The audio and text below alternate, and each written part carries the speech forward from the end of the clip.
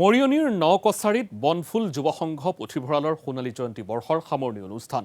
নকছাৰীৰ বৰগাঁৱত অনুষ্ঠিত সোণালী জয়ন্তী বৰ্ষৰ সামৰণি অনুষ্ঠানত নিৰ্দিষ্ট বক্তা হিচাপে উপস্থিত থাকে প্ৰতিদিন টাইমৰ মুখ্য সম্পাদক নিতুমণি শইকীয়া। অনুষ্ঠানত উপস্থিত হোৱাৰ পিছতে গায়ন বায়নেৰে আদৰি অনা হয় মুখ্য সম্পাদকগৰাকী। সভাত প্ৰাক্তন শিক্ষা বিষয়া কমলজিৎ গগৈ, কবি ৰঞ্জিত গগৈকে ধৰি বহুকেইগৰাকী গণ্যমান্য ব্যক্তি উপস্থিত থাকে।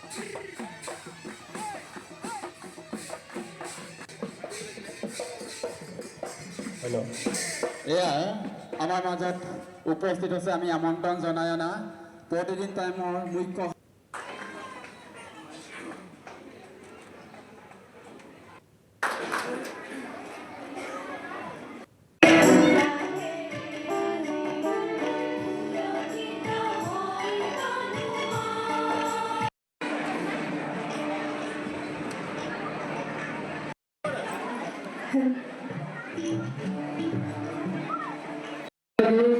আমি আজি অনুষ্ঠান হয় এটি সমবেত সংগীতেৰে অনুষ্ঠিত আৰম্ভ কৰিবৰ কাৰণে আগবাঢ়িছোঁ।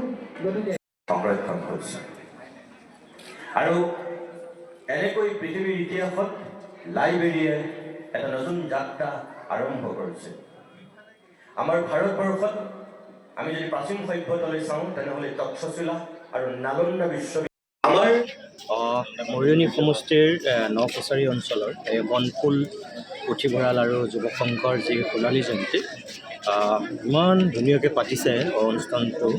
মই প্ৰথমতে নকছাৰী অঞ্চলৰ এই বনফুল পুথিভঁৰাল আৰু যুৱ সংঘৰ সকলো কৰ্মকৰ্তাক ধন্যবাদ জনাইছোঁ।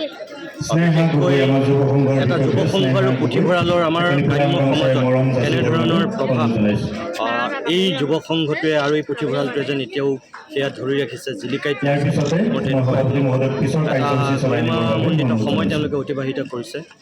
আৰু যিটো সময়ত ক্লাববিলাক জুৱা খেলাৰ আড্ডাস্থলী হৈছে, সেইটো সময়ত এই অঞ্চলটোত ইয়াত বৌদ্ধিক কচৰতৰ কাৰণে তেখেতসকলে অব্যাহত ৰাখিছে বুলি এইটো মোৰ ভাল লগা কথা বুলি ভাবোঁ সমাজখনৰ কাৰণে।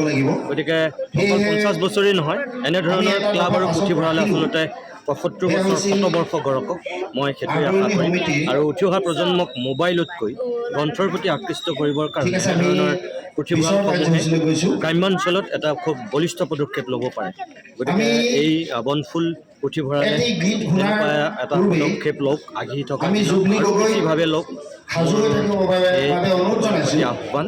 আৰু অভিভাৱক সমাজক মই এইটোৱে আহ্বান জনাইছোঁ যে মোবাইলতকৈ এখন কিতাপৰ লগত বেছি বন্ধুত্ব কৰিবলৈ শিকাওক, তেতিয়া আপোনালোকৰ সন্তানবিলাক প্ৰকৃত মানুহ হ'ব।